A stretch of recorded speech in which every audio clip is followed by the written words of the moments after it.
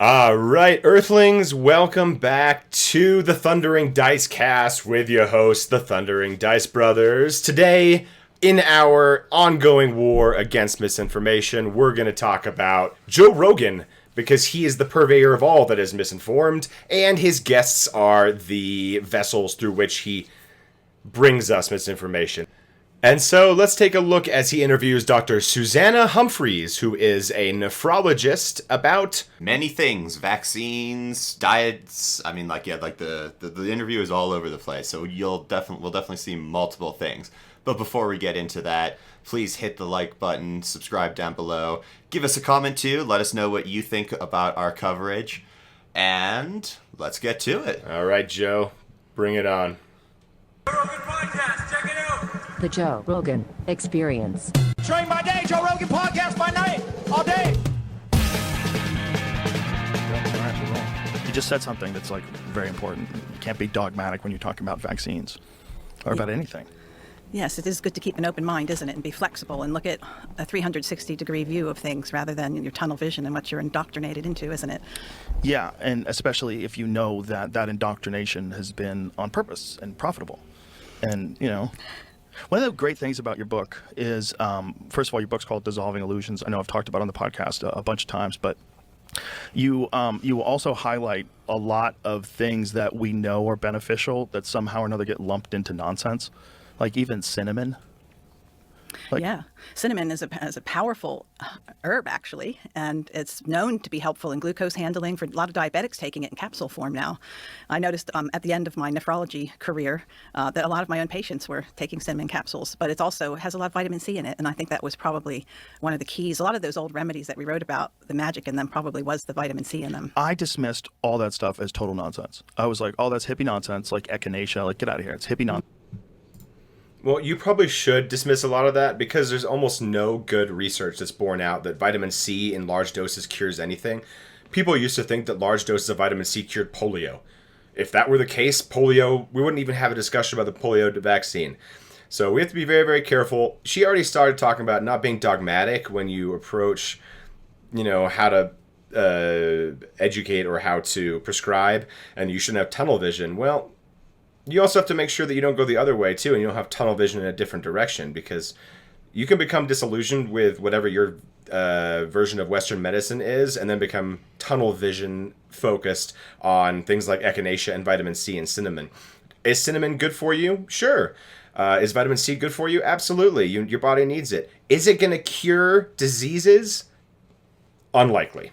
She says later on, I don't know if we'll get to this point, that basically everyone has borderline scurvy because we don't have enough vitamin C.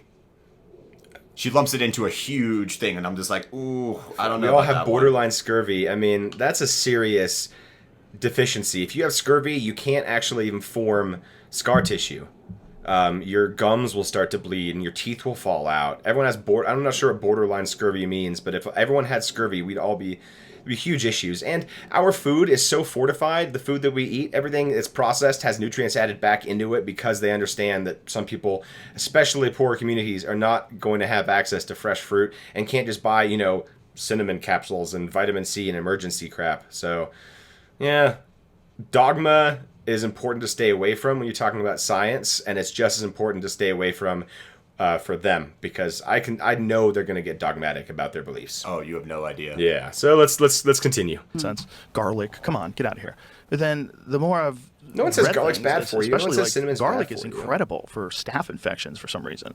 It is, and it doesn't develop drug resistance like a lot of the drugs that are engineered for it. The hippies seem to have got it. Wait, hang on. What? Garlic can cure staph infection? What do? Smear garlic into the wound or something? I mean, I know that was my interpretation. Garlic of that has statement. antibacterial, antimicrobial properties, sure, but it's the chemicals inside of it that are doing it, first of all, and second of all, garlic does not cure staph infections. If it were that's the problem. If it were so simple, everyone would do it. Like, you can all complain that Big Pharma has their hands in it, but Big Pharma didn't exist, 500 years ago, and scurvy sure did. Yeah. You know what we did to get rid of scurvy? We made sure we had lemons and fruits and stuff like that on board. Mm-hmm. But no one advocated to give you, if you had polio, that you just eat a ton of vegetables and fruits and it would cure everything. We have to be very, very careful to not fall into the trap of the easy way out. Yes. Right, I think. Well, it just that whole idea of natural remedies is so just universally dismissed by non-silly people. You know, when you say natural remedies, that's great. If you have a heart attack, go to a doctor, stupid. You know, that's generally people's appeal to authority. Right. But it's the doctor should be recommending those things too. Like they're good too. What doctor tells you you shouldn't eat fresh fruits and vegetables? What doctor ever said that was bad for you? I've never gone to a doctor and said, don't eat fruits or vegetables, unless you were actually allergic to it. Yeah. The common sense from doctor to patient should be, yes, you should eat healthy. Now, do a lot of Americans eat healthy? No. But you definitely should. Uh-huh. Yeah. Like vitamin D, super important. You know, vitamin A, super important. And one of the things that you talked about in the book is that I think this was really important when you were talking about the measles vaccine. You were saying that either if you get an infection with measles, just a natural infection, or if you get the vaccine, you're still going to get depleted of vitamin A. Like if you get vaccinated for the measles, you should be taking vitamin A as well. Your body's going to get depleted just by getting that shot. They don't tell you that. No, they don't tell you anything, just Tylenol, which actually makes the vaccine not work as well, in addition to causing all kinds of immunological disturbances at the time that you're supposed to be upregulating your immune system against this dreaded disease. But one of the things about the recommended by the white coats and the authorities is that the public believes that so many drugs and remedies are standardized that the conventional medical system gives out. And when you go to actually look at them, and this includes vaccines, even though they're standardized, meaning that the manufacturers are told what the regulations should be in terms of production, when people go and look at them, they find it's anything but standardized. It's very variable, which is why we see such variability in the results when people receive them. That's only one reason why there's so much variability. I don't get what she's trying to say here. Variability in the ingredients, variability in the manufacturing standards, and variability in the outcome. It seems like she's calling all three into question. And I already have difficulty trusting that. I mean, as soon as you say the people in the white coats, what they say, like, you mean scientists and doctors? I mean, doctors aren't scientists. We should make that very, very clear to everybody who is under the illusion that their doctor is a scientist. They're not. A doctor is a learned person who has the benefit of science-based medicine on their side, as in the stuff that they're trying to tell you has been researched by scientists. Now, some of those scientists may be MDs, but your practicing physician is not involved in the science of what he is prescribing or what she is prescribing to you. They have done the research on what is necessary to treat certain illnesses, what diseases are treatable with what drugs, but they're not involved in making the drugs, regulating the drugs, researching the drugs, doing the double-blind studies, any of that stuff. So let's make sure there's a very, very clear line in your head between your doctor and the scientists that create the science behind the medicine that your doctor prescribes, or the remedies he prescribes, or the advice that they give you. Yeah. Very, very separate things. So the people in the white coats, they're probably not thinking about the regulation behind every single medicine that they're selling you on a day-to-day basis. That's probably true. Because they know that there's a level of trust that they're putting into the companies that manufacture it and the government oversight that controls the regulation and the purity of these drugs and medicines. And do you think it's the immunity to any legal consequences that has allowed them to sort of operate like this? Well, we certainly saw an explosion of their creativity since 1986. So, in 1986, you're referring to the National Child Vaccine Injury Act that was passed in 1986. But before 1986, we had 1976, which was the swine flu vaccine fiasco. And that was a situation where there was so much injury that the vaccine producing companies were no longer able to get insurance. And so they went to the government and they said, we need you to indemnify us. And they did. And so the government absorbed all the lawsuit cases that happened as a result of the Guillain-Barré that happened from then. And so that kind of set a precedent for 1986. So back then, vaccines were just kind of, pieces of microbe or maybe a live attenuated virus. And then they would put a background of all kinds of horrid things inside of it and tell you it was just a clear, beautiful, pure solution. But that's beside the point. So then 1986 comes along.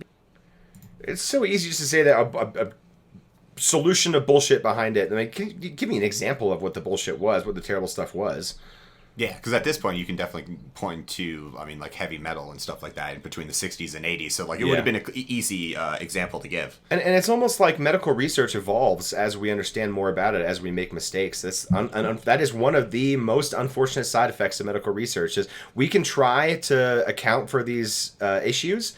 And then something unexpected happens. Thalidomide is a great example. Was given to pregnant mothers to combat morning sickness. Turns out they have enantiomers of the thalidomide. Enantiomers are just left-handed and right-handed versions of the same molecules. Think of them as mirror images.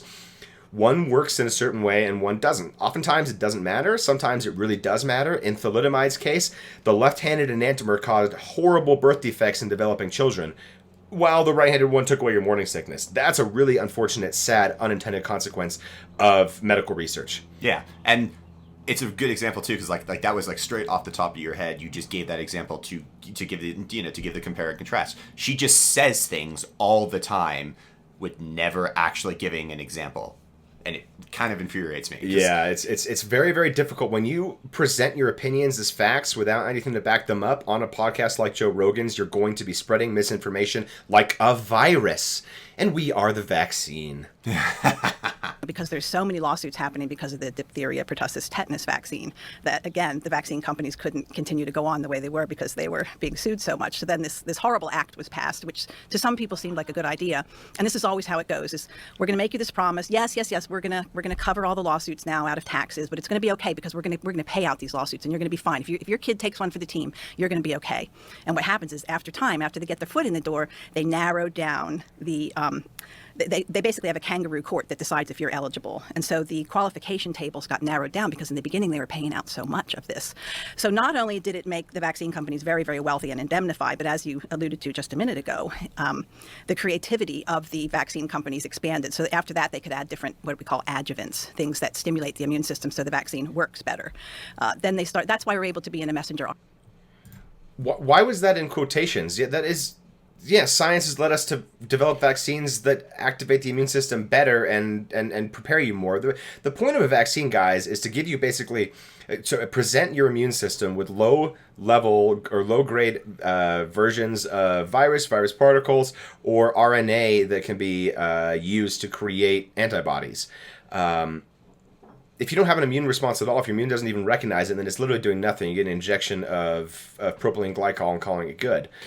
But what she's saying is that since the indemnification process started in the late 80s, it allowed companies to then start experimenting and adding more and more things to their vaccines, be it negative or positive, and it only is a result of the indemnification, not of us trying to do something better or like technology getting up to the point where she just said, this is how we got mRNA vaccines.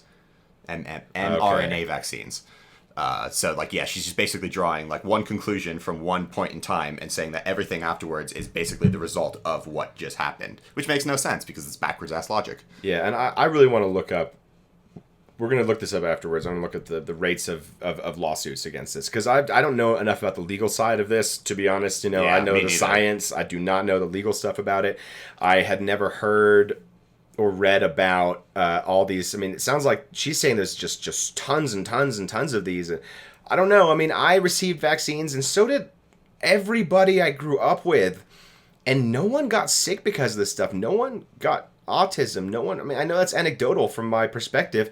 I grew up in like 3 different countries, and I didn't see this problem in any of those countries. So it's real hard for me to swallow without some kind of background. And again, it's legal stuff, so I don't know how that's all set up in the back. I'll be perfectly honest. And the only thing I know for sure about the legal aspect of it is only in regards to the COVID vaccine and the indemnification that Pfizer and Moderna and AstraZeneca, all these companies got because no one was going to take an experimental vaccine without the government like stepping in slightly, saying that, Guaranteeing their futures. Yeah, exactly. So that's the only part that I can think that I know that she's directly probably quoting to or like linking it to, but she's definitely pushing it past this also. Okay. RNA vaccine situation today, which that wouldn't have happened if it weren't for this indemnification. That, you know, the vaccine trials have always been a bit of a joke, but they're even more of a joke today than they were in the beginning. I mean, we've never seen a vaccinated, unvaccinated study that is accepted by the powers that be as good enough. Yeah, okay, so like that right there, I mean, like, just as like a non-scientific thing, like the moral calculus that she just said, let's have a study where we test a virus on people who are vaccinated and unvaccinated. it doesn't take someone who has been trained as a doctor to understand that that study is already like massively flawed, and you are going to just end up killing your participants who are unvaccinated. Some people are going to die from the virus. Like measles doesn't kill everybody, but it kills enough people to where it's really, really dangerous and creates side effects that we don't want to have. So we're going to protect as many people as possible from the effects of a potentially deadly virus. Yeah, you absolutely ethically cannot just simply give double-blind studies to people and make them sick on purpose. That goes against every ethical guideline. I mean, if you want to talk about being a hippie, isn't being a hippie sort of being about community and looking out for one another? Proposing a double-blind study that would infect people on purpose just to see if how their long-term outcomes turn out is the opposite of ethical practices, period. That's some Joseph Mengele kind of stuff. You can't advocate for stuff like that and then blame it on the powers that be for restricting your access to the availability to do that kind of a study. No. Yeah, The vaccinated, unvaccinated studies that they use another vaccine for. You probably know that. So if you're testing a measles vaccine, you could test it against a diphtheria vaccine, or a flu shot vaccine is tested against a hepatitis A vaccine. There's no saline placebo because the few studies that exist with saline placebos show how bad the vaccine actually is and how it makes you not only not respond to the disease when it comes around, but more susceptible to it in many cases. So she's talking about, so there apparently is a study that she's talking about where they lied to people and gave them saline instead of a vaccine and then exposed them to the virus, got them sick, and then somehow after all of that, the people who got the virus were the sicker ones? The ones who had the vaccine were the sicker ones? That sounds like such a BS study. Holy cow. Yeah. Please tell me the name of the study so I can look it up. I almost want to buy the book, not to give her any money, but just to see exactly what she's saying, because she said like, "Oh, I source all this stuff in the book." Well, that's great if you source it in the book, but you don't bring it here. Like tell me the name of one study, please. Have there been any instances where vaccines have been helpful? Yes! Every instance! Oh my god! Polio! Smallpox! Edward Jenner right now is rolling in his grave so fast. In case you guys don't know, Edward Jenner is the one who figured out that you can inoculate against cowpox, which led us to the first vaccine, the smallpox vaccine. Thank you, Edward Jenner. Screw you, Joe Rogan. Question of the century, isn't it? Okay, now we have to back up a minute because I had that same question, and I had to go dig deep to all the questions you have in your head right now. I had them too at one point. So here I am, a medical doctor working in the field. She has all the answers now. Pretty much everything I was told, giving hundreds, if not thousands, of vaccines out to my patients. Wait, hang on. Wasn't she a nephrologist? Yeah. Since when are nephrologists giving out vaccines? I don't know. General practitioners give out vaccines. Immunologists might study vaccines. Nephrology, by the way, guys, is the study of how kidneys function. The study of dysfunction in the kidney. There are no vaccines, as far as I know, for kidney dysfunction. You can't get a vaccine against kidney failure. Yeah, I don't get that either. And once again, here we are. She's a doctor, not a scientist, and she may have never actually learned how to do science, how to do research. Hepatitis B vaccines in particular, flu shots for sure. I was a nephrologist, kidney specialist, in dialysis, etc. And initially, we all kind of have an aversion to needles. I think it's a natural human aversion. So when we're kids, no one's going, "Oh, I want to go get my vaccines." We're like, okay, fine, sore arm, you get over it. Most of us were lucky enough to get over it. Yeah, most of us. You mean like 99.9% of people don't have side effects with this kind of stuff? By the time the first instance of a problem occurred in front of my eyes, I was already a fully seasoned professor of medicine, working in a tertiary care medical center, okay? And so it's been a bit of a process, because for me it was the influenza vaccines in 2008, 2009 that showed me without a doubt that vaccines can and do cause kidney failure and put people on dialysis, that does happen. It can cause hypertension. So we're not told to take a vaccine history in medical school. We're not told to even look there. It's not even... Okay, I have to look this up now. Can vaccines cause kidney failure? And she also doesn't she doesn't say what vaccine she was giving. Well, she said influenza from 2008 and 2009. Oh yeah, that's true. Yeah, there's so many things that she says that are just hard to really track, because she goes from point A to point Z so quickly without giving us the rest of the alphabet that you're left to struggle figuring out what exactly are they talking about. I found a study here, and I have to look at this more, but this is a Journal of Kidney Diseases and Transplantation. from September, October 2019. The abstract is all I can read right now. I'll look into more, but basically the abstract says, although very rare, various glomerular diseases and acute kidney injury have been reported following immunization with certain vaccines, including influenza, pneumococcal, and hepatitis B vaccines. This review summarizes these rare renal complications that have been published in the literature. So this is a scientific review of the literature. And I'm sure when they say rare, they're really talking about like 0.0 something %. Yep. I'll have to look deeper into this. But, okay, so it can cause it in very, very rare instances. But the way she frames it, it sounds like everyone, or at least a plurality of people, are going, if they get these vaccines, are going to have some sort of problem. And part of, especially in adults. But when I did start looking there, I started to see more and more associations. Let's just put it that way. And so first I had to go down the flu vaccine bunny trail. And every time I went down that flu vaccine bunny trail, guess what I was asked? What about polio? Right. So I thought, all right. Okay, well, okay, aside from the fact that the vaccines have nothing to do with one another, you were talking about how influenza vaccine causes kidney problems. You weren't talking about polio. You were talking about, you listed 3 specific ones, actually, the ones that were in that study that I just pulled up.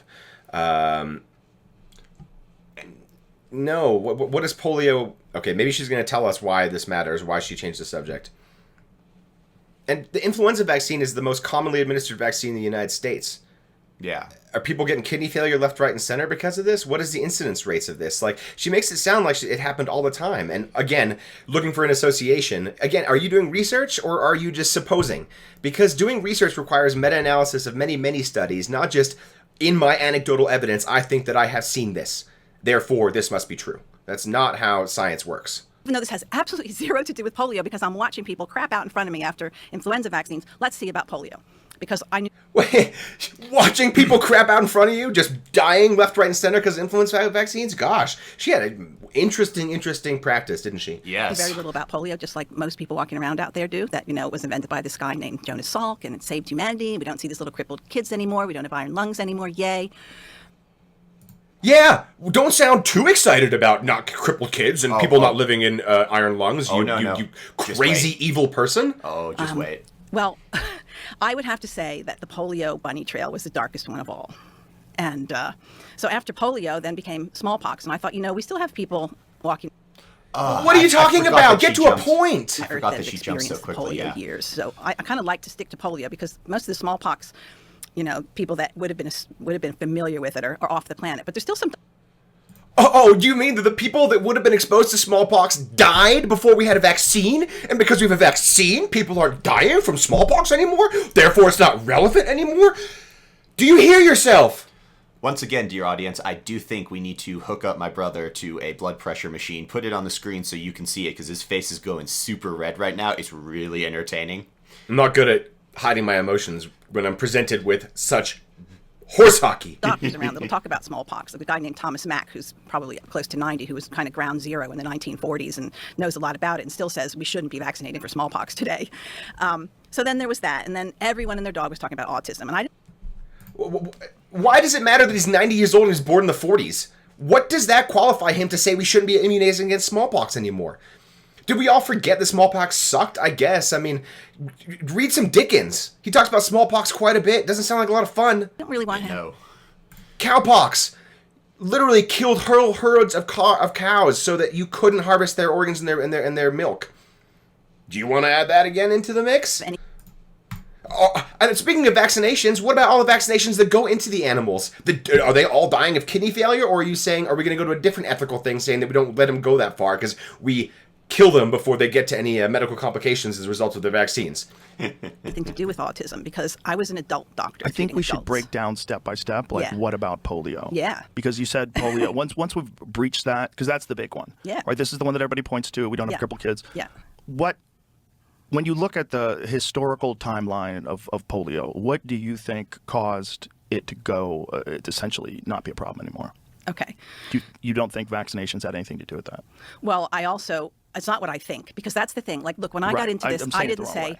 oh, I want to argue that vaccines are great. I said, look, I don't care. I didn't have skin in the game. I didn't have vaccine injured kids. I couldn't have cared less about it, essentially, except that it was something in front of me and it didn't make sense. So I thought, wherever the truth falls, that's what I'm going to talk about. So what I say is that what the facts line up to show you is that polio is still here. Polio is still alive and well. Polio is called different things today, whereas back in the 1940s, 1950s, the criteria for diagnosing polio were completely different to the year that the vaccine was introduced. The playing field, the goalposts, everything was changed, so that despite the fact that there was more paralytic polio in the years after that vaccine was introduced, they were able to show a complete cascading drop of paralytic polio simply because of the way they changed the definitions of what polio is and what could cause it. And they started testing for the virus, where before they would never test for the virus. And when they We didn't have a good test for the virus back then, first of all. And second of all, this is one of those things that you can actually just think about without any science. Are there people in iron lungs today? No. No. So paralytic polio is a thing of the past. But Joe actually asked that about iron lungs, and she's like, well, they're just called by different things. It's a respirator now. How many people there are on are- respirators for polio? Very few. Same question, same answer. And the thing is, polio paralyzes the diaphragm. A respirator doesn't... Okay, a respirator needs the body to still be able to move the cavity open. So your diaphragm expands, it creates a vacuum effect, which draws air into the lungs. That is what the iron lung did. It forced the chest and stomach cavity to expand because it created a vacuum, and then it pushed it down. So it let the pressure out and it let the pressure in. It allowed air to come through and you breathe naturally. A respirator is in your throat, shoving air into your body. And it still relies on some kind of actual action availability in your body to autonomically move. They started testing for the virus later, what they would find that people had Guillain-Barré syndrome, they didn't have virus, or they had Coxsackie virus or echovirus, or they were lead poisoned or mercury poisoned, which was the mercury and lead were the leading treatments of the day, including bloodletting. They were telling people to take your cigarette and put a little bit of arsenic in there. It's good for your lungs. Yeah, they were literally blowing smoke. Yeah, up medical people's butts. knowledge Like that's where the term comes moved from. on from then. You want to Google that now? Why are we yelling at the people's wrong opinions from the 40s? We don't live in 1940. You might. Oh, you'll see Fool. that Yeah, there's an I've actually instrument that heard does that. it. Yeah. So Thank God she's not my doctor. Yeah, the polio Right. story, where to even Like, as a nephrologist, do you take dialysis advice from 1940 as well? Or do you expect that the literature moved on and we got better at it? begin. And so there's about 70 pages. And so that became my obsession. So when people said, what about polio? And I started digging. Boom, instantly. Obsession means you're not I rational. went deep into it. Did you dive into pesticides? Yes, you have to dive into pesticides because the tonnage of There's actually a worthwhile discussion to have about pesticides, neonicotinoids and stuff are actually bad for you. You're right. We should be researching that. Let's talk about that and not about vaccines being bad for you. One has nothing to do with the other, to be clear. production of DDT absolutely mirrored the diagnosis for polio in the days. And the countries that still make DDT today is where we're still seeing this paralytic polio situation. Oh, and the places that have DDT are still using DDT are third world countries that don't have access to good health care, you fruitcake. Happen. And also, weren't the first cases, did they break out in a rural community? The first cases of polio, yes. the United very States, good, paralytic yes. polio. Yes, it was out in the countryside. Well, and that was probably more because of the sheep and cow dipping. So arsenic, you'd have to look at arsenic, you have to look at the mercurials, you have to look at the calcium arsenate, lead arsenate sprays that were put on trees. But what you're talking about in particular, they would call the cow disease. They'd go out in the family, when you would go to the house, they'd say, all the kids have the cow disease, what the cows had before. Well, what were they doing? They would have these trenches. You talk to farmers, even today. Oh, yeah, we had trenches. We would just walk them straight through, and I'd be soaked with the stuff by the end of the day. Oh, my God. Yeah, so they're basically soaking and bathing in arsenic, which is great for killing fleas and ticks. But it's not really great for keeping your nervous system happy because the fact of the matter is, and this again, I've got medical references, everything, I can't get away with making stuff up, okay? Well, yeah, but, yes, you can. You're doing it right now. But arsenic, yeah, heavy metal poisoning is really bad for you. But again, what does this have to do with the vaccine?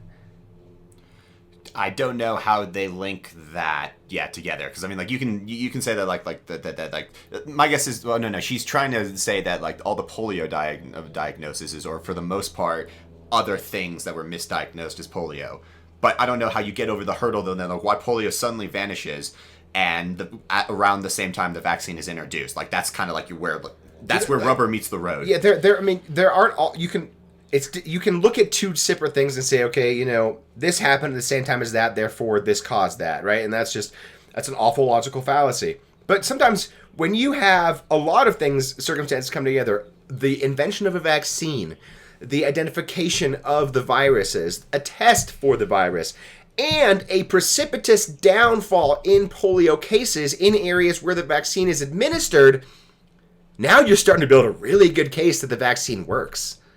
You know, this is not like some logical leap. This is very well studied. This is a case where correlation and causation line up. I have to put a reference for everything, but arsenic causes the exact same spinal pathology and fevers and everything. Sure, absolutely. Are we bathing babies in arsenic? Is that what you're saying? Like, you're talking about the farmers walked through and got arsenic on them. Were they all developing polio symptoms afterwards? No? Huh. It literally mimics what they were calling polio and a polio virus back in the day. I read this crazy statistic, and I still can't believe it's real, that 95 to 99% of all polio is asymptomatic. That's exactly right. So polio virus is... Yeah. That's totally normal for viruses. Most people who got COVID didn't get deathly ill, and COVID was a bad respiratory infection. Your body has innate immunity, and your body wants to fight things off. The people that are susceptible to it are the ones we're trying to protect from it, not the ones that would have survived anyway. But we don't know that for sure ahead of time, so everyone has to get it, so we create a natural immunity across the entire spectrum. It's not okay to say, oh, well, these guys are going to be unlucky, have more children, and let the poor ones die. Once again, that's not ethical, not from a modern standpoint. Now, if you want to go back to some biblical crap, then screw you. This is what we call a commensal. Just like you have staph on your skin and strep on your skin, and it actually serves a purpose. It keeps other microbes in check as long as you don't get a cut and have not a good immune system to deal from the inside out. So polio, the reason I can say that polio is a commensal is because, again, there are medical studies that showed that people who dared to get on the edge of some of these wild native tribes down in South America or elsewhere, but in particular I'm talking about a South American tribe called the Javante Indians. So the Indian Health Service got to the edge of it and bargained that they would get some stool and some blood from the tribes so that they could test it for polio. And what they found was 98 to 99% of every person they tested, and it was hundreds of people, had evidence of immunity to all 3 strains of polio. And they said to them, well, where are all your crippled children? Where's your short legs? Where are the people? Okay, really? You're going to basically untouched tribe that doesn't have medical knowledge, and you're asking them, where are your crippled children? Where are your iron lungs? They're dead. They're dead, you fucking idiot. That died of respiratory failure, and they were like, we don't have any of that problem. So Oh yeah, because they don't know why. Yeah, like when a child dies for some unknown reason to a tribe that doesn't have medical science, they're just like, all right, cool. Well, they're dead. This is kind of like our entire history, a buttload of children. And it happens. It happens. We moved on. We don't know what you're talking about. None of these questions make sense. That's what like are you saying? That's like going to like 18th century America and going to a tuberculosis ward and being confused. They're called a consumption. What, you mean you don't know exactly what tuberculosis is? You don't know the actual genetic species and clade name of it? Well, that's clearly it doesn't exist. It's consumption. It's something different. It was well Could it known. possibly be that whatever you're calling polio evolved and became less powerful over time and more contagious? That does happen with some viruses, right? Most viruses in nature don't become more problematic as they go through the human system. They become less problematic. Remember Right. the whole COVID thing. Like in the beginning, people were getting super, super sick. It wasn't as contagious, but it was more virulent. And as it attenuated into the human bodies, it sort of it kind of fizzled out a bit. And then we got the Omicron, which was less. It was more spreadable, but it was much less pathological. And that's the natural process that happens. So when you're going to have real problems with microbes, they're usually going to be reverse attenuated, meaning made more lethal in a lab, and then they're introduced into the population. And look, I'm not making this up either. 1916. What? You're really, really talking about some conspiracy stuff now. Like, yeah, there's some evidence that COVID and SARS and stuff like that are being researched and could have come from labs. That's one example. But now you're trying to create sort of a parallel from that COVID to polio to smallpox, as if it's all being made in labs and then disseminated in the wild. We didn't even have the technology to do this kind of... Guys, we didn't even know what DNA was until the 50s. To be clear, Watson and Crick did not identify the structure of diribonucleic acid DNA until the 50s. So anything that happened before that, this polio stuff, we couldn't have made the virus in the lab if we wanted to. We didn't understand it. Upper East Side, Manhattan, there was a Rockefeller lab that their specific stated goal was to try to create the most pathological, neuropathological strain of polio possible. And they did that by taking monkey brains and human spinal serum and injecting it into monkeys. And there was a big problem with that, which was released into the public by accident. And the world... Well, okay, yeah, if that's true, that's a huge problem. We definitely don't want to be doing research into making things more pathological, although that research goes on so that we can combat it as well. It's sort of one of those, you got to make the disease first so we can figure out a way to combat it just in case it comes out. And then you've got unscrupulous lad or bad practices or whatever. It's a really, really dangerous situation to get into. 100% agree. Different topic, though. And this is 1916. Yeah, 1916. We couldn't... We didn't understand how viruses... We didn't even know what mRNA was. We didn't know what RNA was. We didn't know that viruses propagated differently than bacteria and than humans did. The world experienced the worst polio epidemic on record, 25% mortality. That's unheard of. Really freaked the public out. But and you can see the epicenter as it fanned out, and as time went on, never heard of it again. It attenuates as it moves through the body because it's a normal human commensal that goes back to its normal state when it's in a human. And that's generally what happens. If you have a highly lethal... Well, why didn't it do that forever then? Why did we need to worry about a vaccine 30 years after that? If it just goes through us or just kill a few people, it's all good. Yes. We'll all just get better afterwards. You know, some will die. Like, what is wrong with you people? I hope you never have children. She does. Well, I hope your children run away from you and don't take medical advice from you and don't send you birthday cards and Christmas cards because you don't deserve them. Kills a lot of people. Those people are dead. They can't spread anything. So that's kind of... Oh, yes, there we go. These people are dead. They can't spread anything. Fantastic. Some of you may die. Oh, no biggie. Screw you, different lady. story if you want to talk about hantavirus or something like that. But as far as polio goes, no, polio was only made more lethal by the stupid things that humans did around it. So make it... And apparently we just kept doing it for 40 years and kept getting people sicker and sicker and it was all gravy. No, we did some bullshit medical experiments back then with Tuskegee and black people and prisoners. Absolutely. But to conspiracize that polio is a man-made vaccine when that technology didn't exist. So people in labs are sitting there. There's no such thing as genotyping. There's no CRISPR. All you're doing is breeding strains of viruses in monkeys to make them worse and worse, letting them get out. And then they got better after they spread out. The viruses got less evil somehow. How does that work? Yeah. More invasive into the body, just like you can go talk. do stupid things and end up with herpes outbreaks and staph outbreaks. Polio virus is a normal commensal. It used to be until we obliterated it with oral vaccines and replaced it with vaccine strain. But the wild strains are normal human commensals. So there's vaccine strain polio that just comes from a vaccine and is transmissible? Absolutely.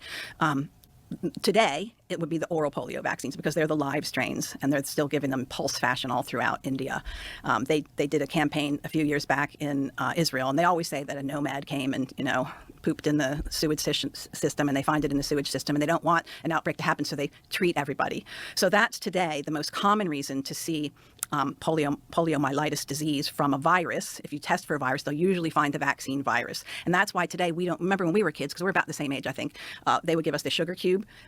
Maybe you didn't, but I did. I got the sugar cube, and that was the live vaccine. Well, they stopped doing that because after a while, the only cases of polio, and it became so obvious that the only cases of polio we were seeing related to a virus when they tested for polio virus were vaccine strains. So then they started injecting us again. But the early injections caused more paralytic polio than it prevented. And that's the part that people don't understand when they say, what about polio? Because they...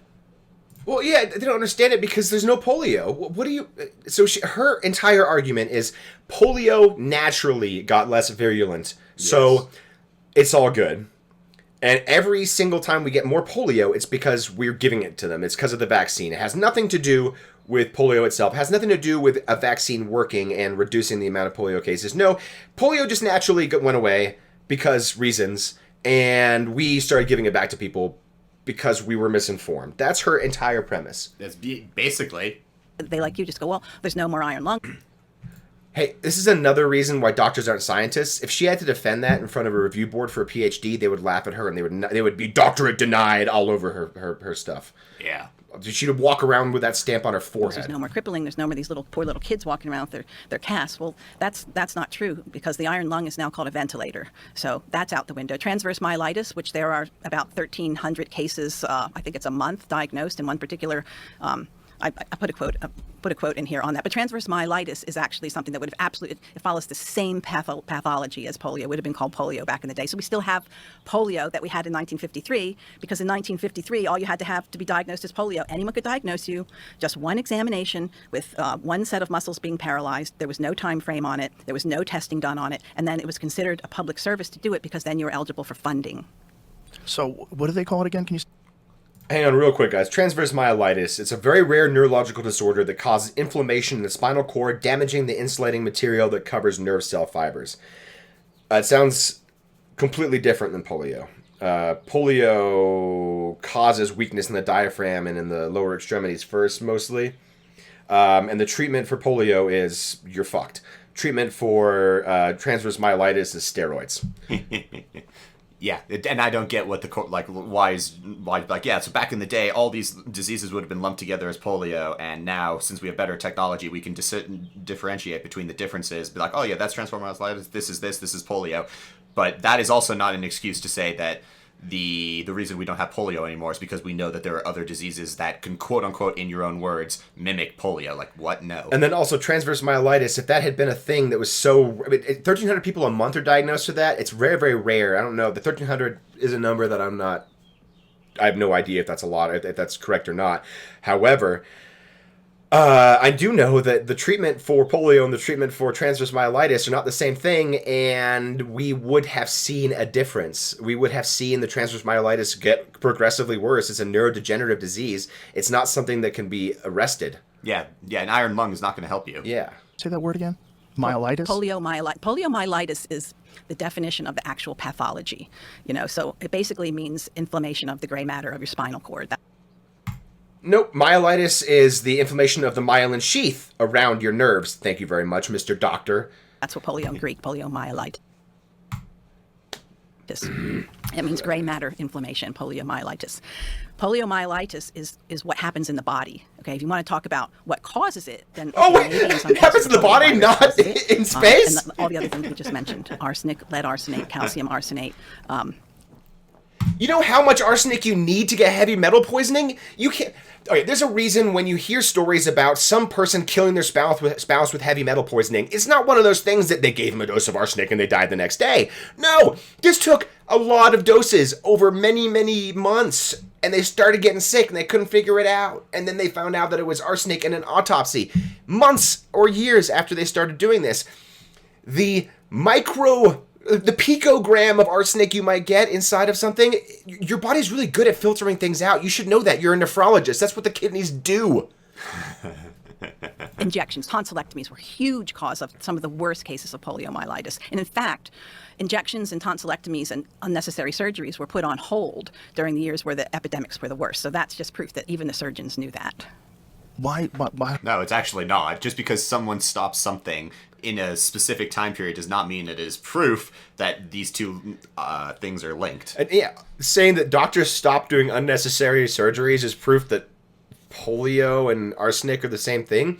These, again, there's no correlation between those two statements, only in her head, and I don't think she's articulating it at all or trying to articulate it, unless I'm just coming at it from such a scientific bias that everything that's coming out of her mouth is irritating me.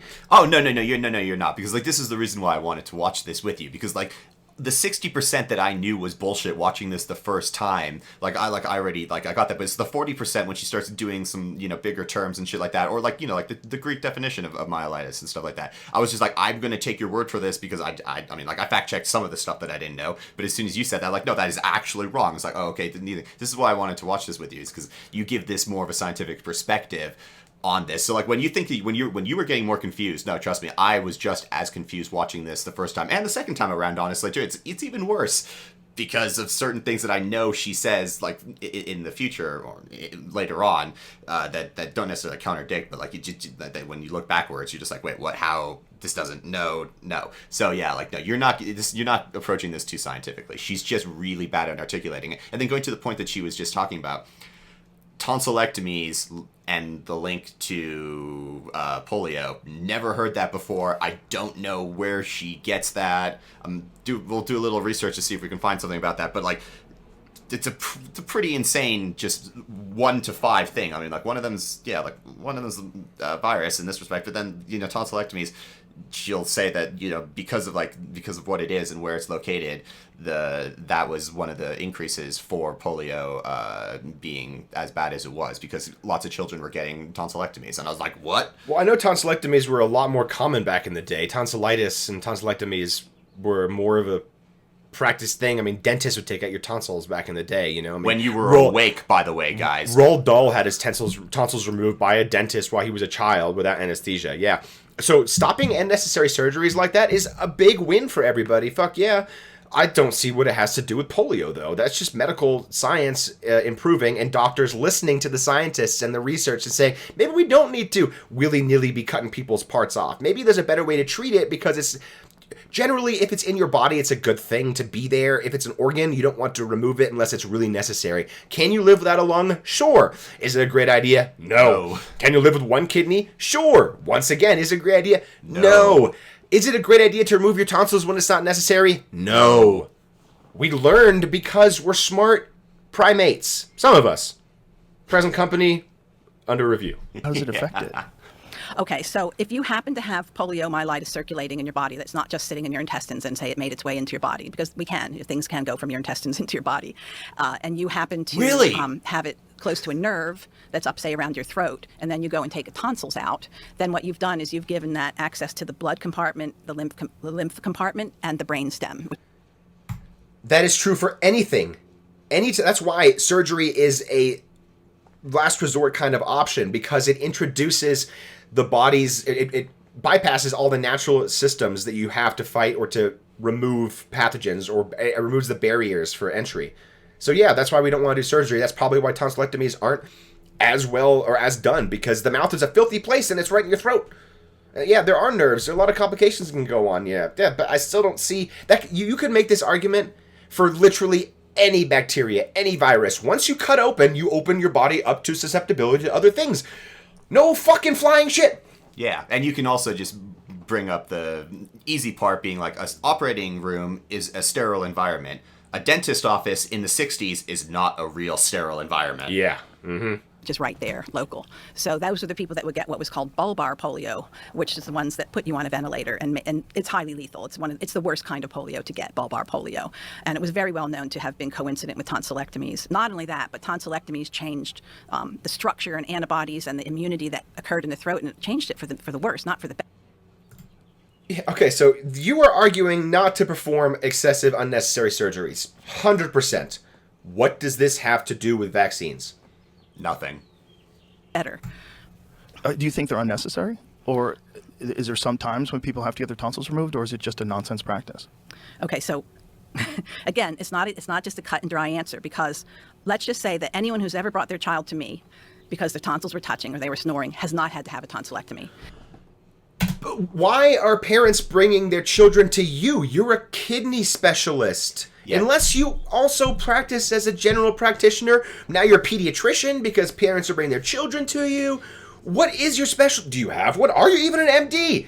Did you get it from Samoan University or something? Mail order? Holy tits. Yeah, this was one of those things that, like, as soon as she said that, I got super confused by everything, and I started questioning a boatload of, like, different things that she said about, like, and also she'll say, like, later on about, like children, and I'm like, what vaccines are you talking about, like, that you just administered when they got to a hospital? Because then she said, like, oh, I'm talking about adults, and, like, she contradicts herself or gives these really weird things that you're like, what exactly are you? Because you can claim one thing, but then you suddenly, as you said, talk about children and shit like that, and it's a whole other profession. You don't just you don't just like, I'm a nephrologist one day, but I'm just going to go to the children's ward and everyone's going to be cool with it. No. Yeah, you spend years in residency learning, especially nephrology. That is not an easy specialty to study. It takes years to do nephrology residency. It also takes years to do a family medicine residency. It takes years to do a pediatrics residency. It takes years to do a general practitioner residency. And you can't necessarily do them concurrently, and it's not like jumping between jobs in a restaurant or something. Nah, it's very different. You have to learn all the ins and outs and do the residency and have the mentorship again by a professional, a practice doctor in that field.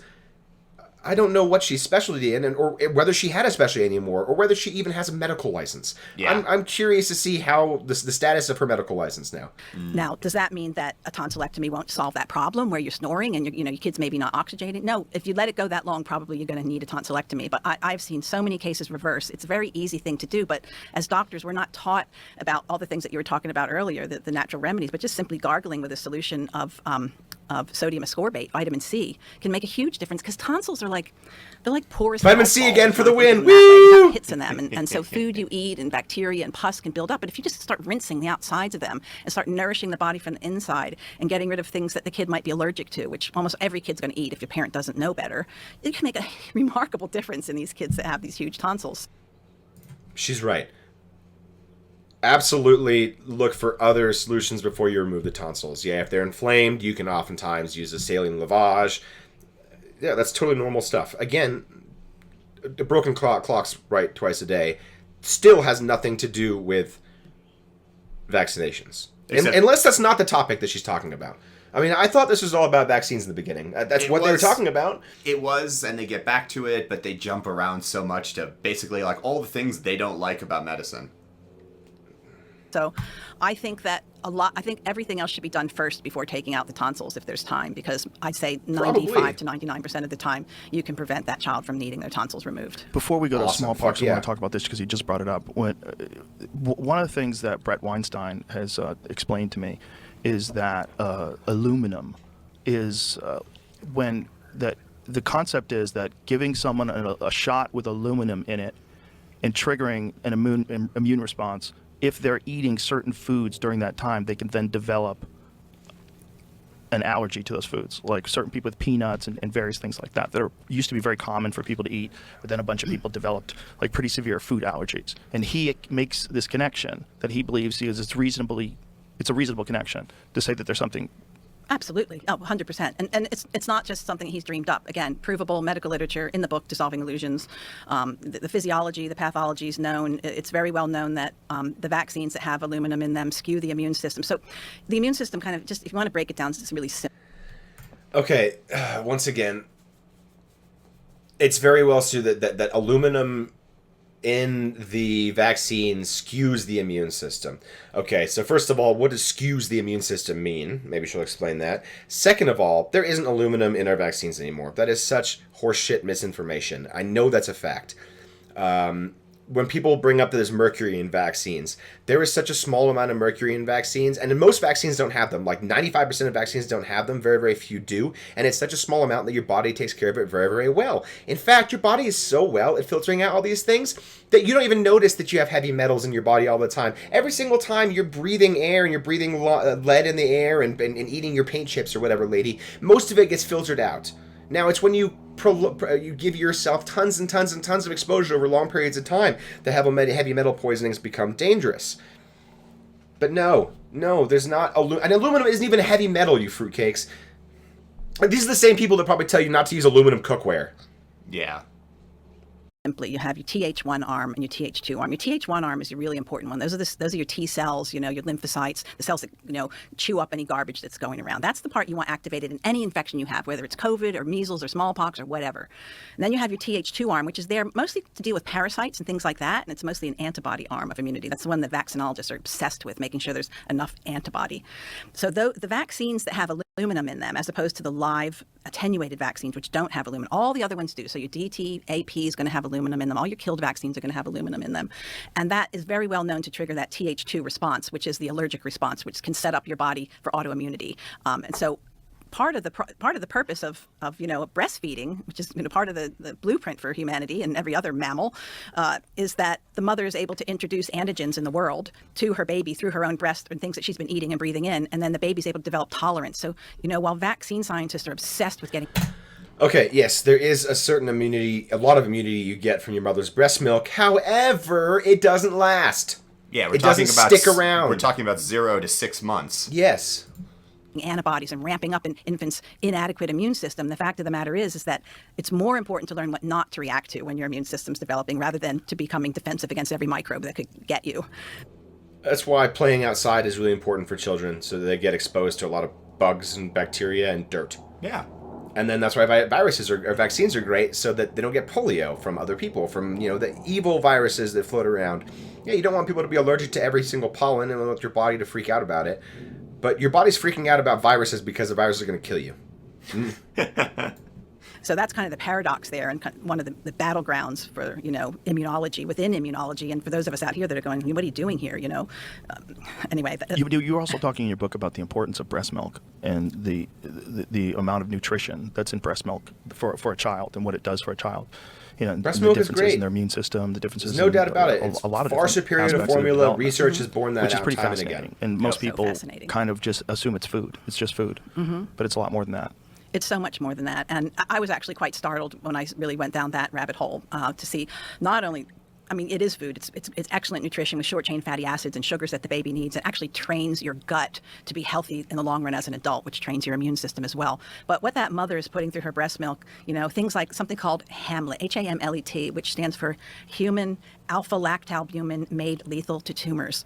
And this is a substance, this is a protein, it's like a transformer protein that can literally turn into a cancer-busting molecule that is being used by the oncology industry, okay? And when it's not in that That's form, awesome. it's a powerful protein that fights off pertussis, all kinds of pneumococcal bacteria. And when it's not doing that, it's food. Okay, so it's like, it's got so many different purposes. Stem cells are coming through that mother's milk. Activated T cells.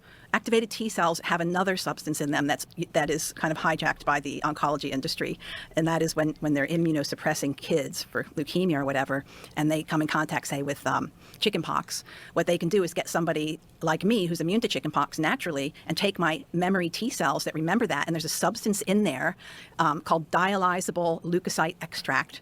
When you put that into another child, even if whether they eat it or inject it into them, it transfers cellular, that Th1 important arm of immunity I just told you, it transfers it onto them and protects them for a long time. Almost. So that's kind of. Oh my God, it's almost like you're transferring the immunity, and a vaccine is exposing the mature immune system so that it produces its own.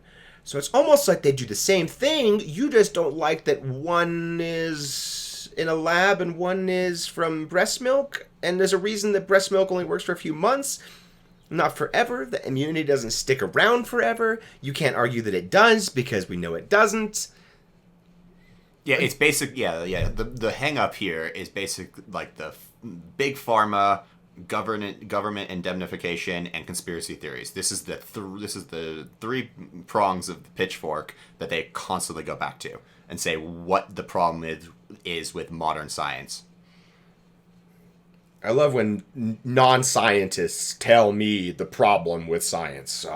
That's like me going to a concert pianist and telling them why their piano's out of tune. In the old days, when mothers had measles in the old days and normally, and they were able to pass this powerful immunity through that DLE factor, as well as all these other things, including That works a lot of the time. But do you really want to have babies dying because it didn't work? Children dying because it didn't work? The incidence rate of death via measles and pertussis and rubella is so much lower now because of the vaccine. If breast milk were the only thing we needed, we would never have developed any issues with those viruses. We'd be cured from day one and it wouldn't matter. But people still died from it, shockingly, because that immunity doesn't work for every single case. It's not perfect because we're biological organisms with faults. We're not made and engineered by some god to be perfect. Our biomechanical processes are amazing, and yet they still break sometimes. Why do you think you get old? Because we're not perfect at self-replicating. I thought it was because Adam and Eve kicked us out. No, it's because we're eating aluminum. formed immune globulins. I mentioned something like 80,000 stem cells. It's just incredible. And we still have only hit the tip of the iceberg in terms of what we know about breast milk. But breast milk also, it's been proven again that if you are gonna vaccinate your baby, if you're breastfeeding, the vaccine will bring that baby more into a Th1. If you're not breastfeeding and you're giving formula, that baby's going to move more into a Th2 in response to that vaccine. So, like, if most women understood the powers of breast milk, they would do everything possible to be able to do it. Yes, I wish more people had the time and the ability to breastfeed through the first 9-10 months of child's life. It is better for the child. There's no question about that. I'm not going to argue with her on that. Yeah. I think you make a very compelling point for that. I think it's arrogant that we could assume that we could replace something with have you ever read the ingredients of formula? Yep. Like, how could that be good? I Like, know. Yeah, it's Parasites. gross. We have parasites that have been parasites upon humanity for such a long time, and that's what happens: is that something is discovered, and for some people maybe it can be a good idea, but then the parasites take it and want to. So when it came to breastfeeding, it was, you don't have to do that. You don't have to bother yourself like that. You don't have to pull your boobs out in public. Hey guys, you know what that parasite she's talking about is? Society. Capitalism.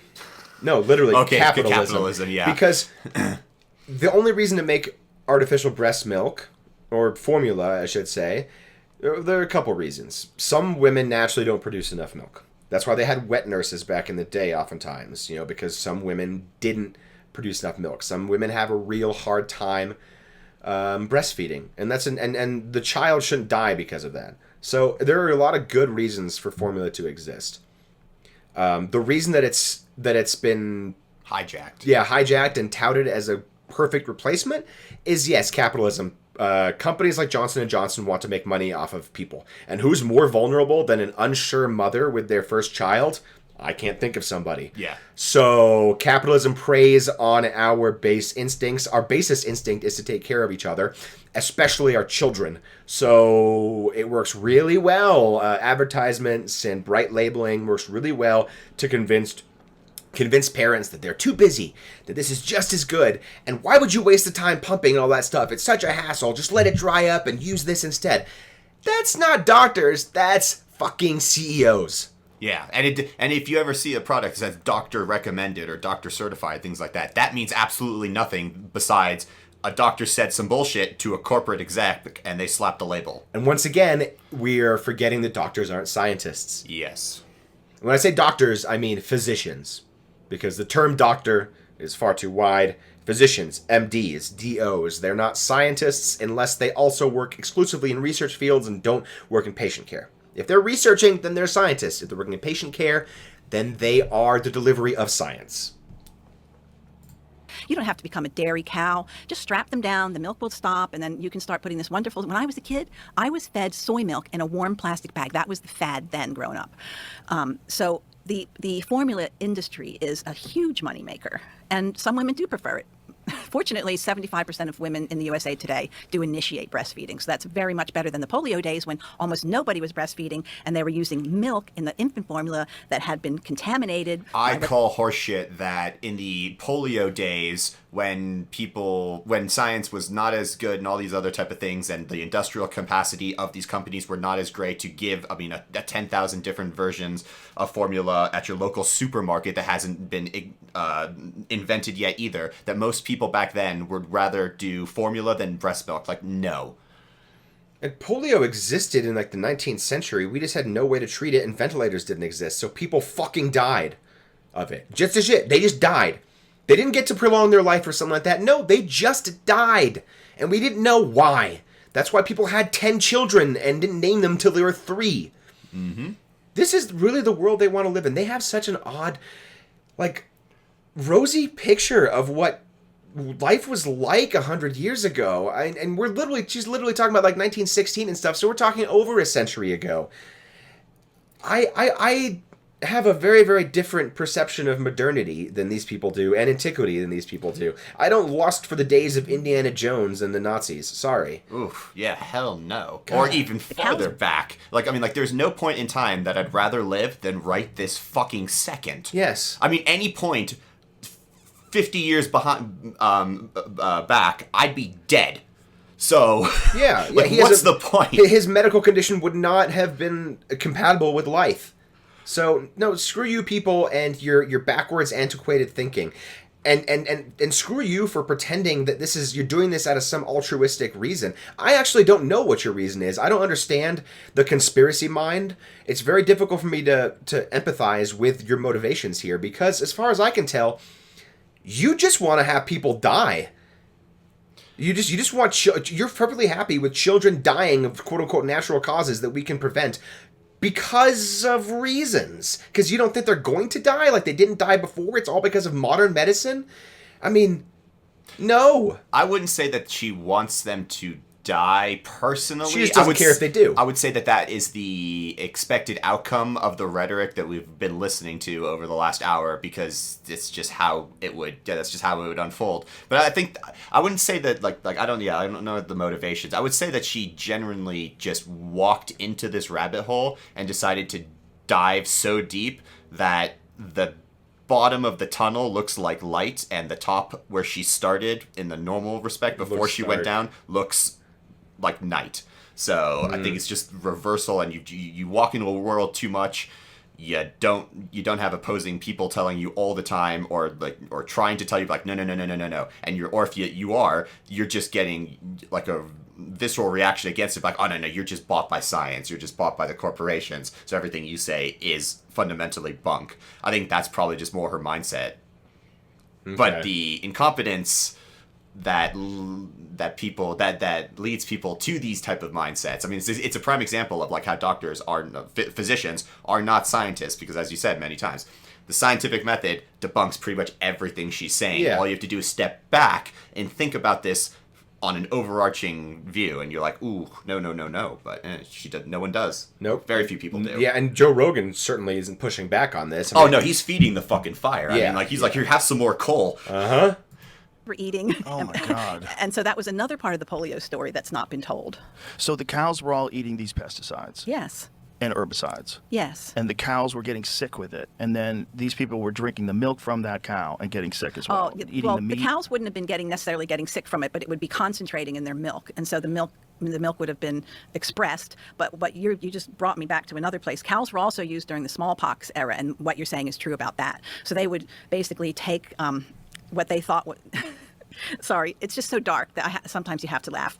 But they would take pus from other animals, scratch it into the belly of a cow, then take the pus off of the big pimples that would form on the belly of a cow. The cow could become very sick, and yet that cow could still be butchered up at the butcher shop. The butcher would get sick with pemphigus or some hand and mouth disease, or it's the things that the cows normally catch. And so those cows could still be used to produce meat in those cases. I don't know that it was used to produce milk. I don't think that...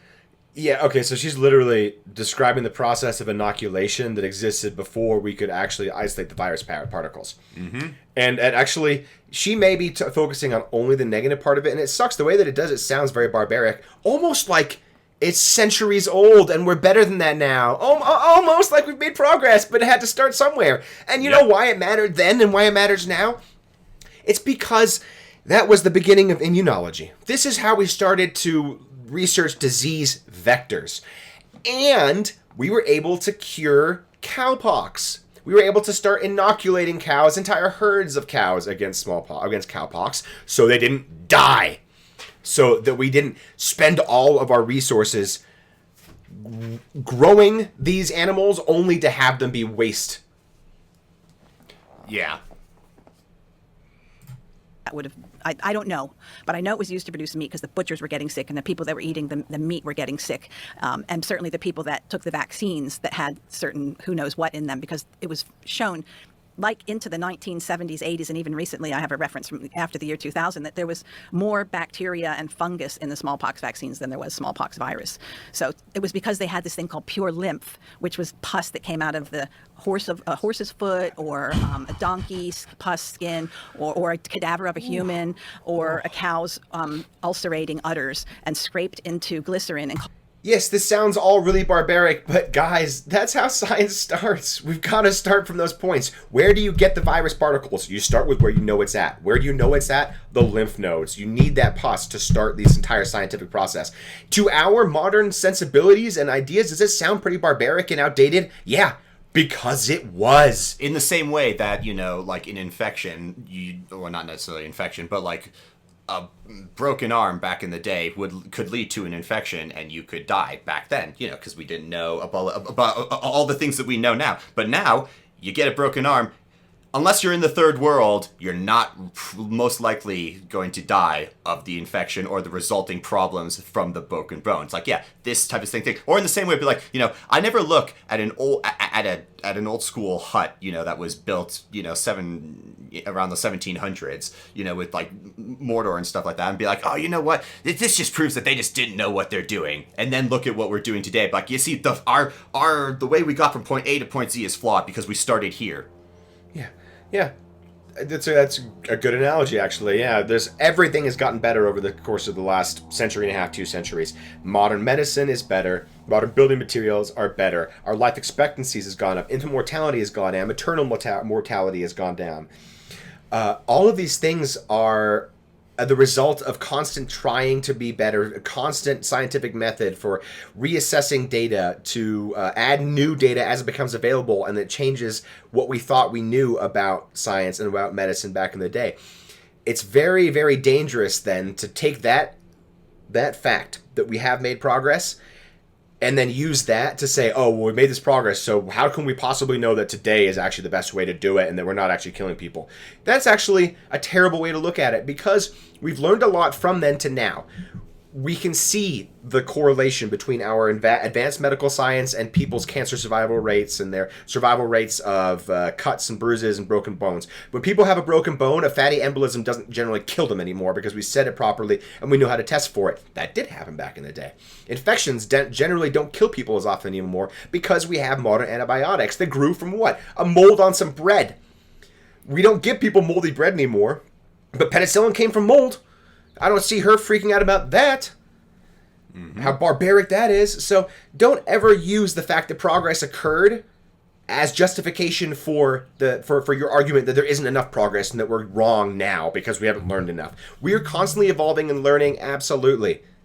But never ever make the mistake of pretending that because you don't know what the future holds and that we don't have answer to everything means that we should just discount whatever and go back to, I don't know what she's actually advocating for. No vaccines.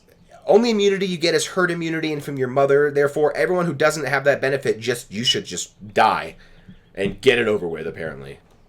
Yeah, I don't actually know what she's advocating for either. It's just more of a bitch fest about what they think is wrong than an actual solution to the problems that they perceive are here. Yeah, and that's the great thing about scientists versus quacks. A scientist will strive for an answer. A quack will be convinced she has the answers. Yes. Yeah. Well, thank you so much, guys. I know we didn't get through the entire thing, but there's only so much misinformation I can handle in one session. Please feel free, check out her book. I wouldn't give her my money, but if you want to double check this stuff that she has and her references, I probably will. I'll just find the references available online. This is just misinformation. A lot of this is BS. She's not actually answering solutions. This entire conversation doesn't ever go anywhere, it sounds like. So I'm frustrated with her. Joe Rogan is a terrible human being for letting these people have such a large platform as well, because it's spreading more BS. It's going to hurt children. It's going to hurt parents. And it's going to spread the general misinformation virus that we are striving to combat. Yeah, pretty much. Well, everyone, thank you. Like, comment, and subscribe down below. Definitely tell us what you think.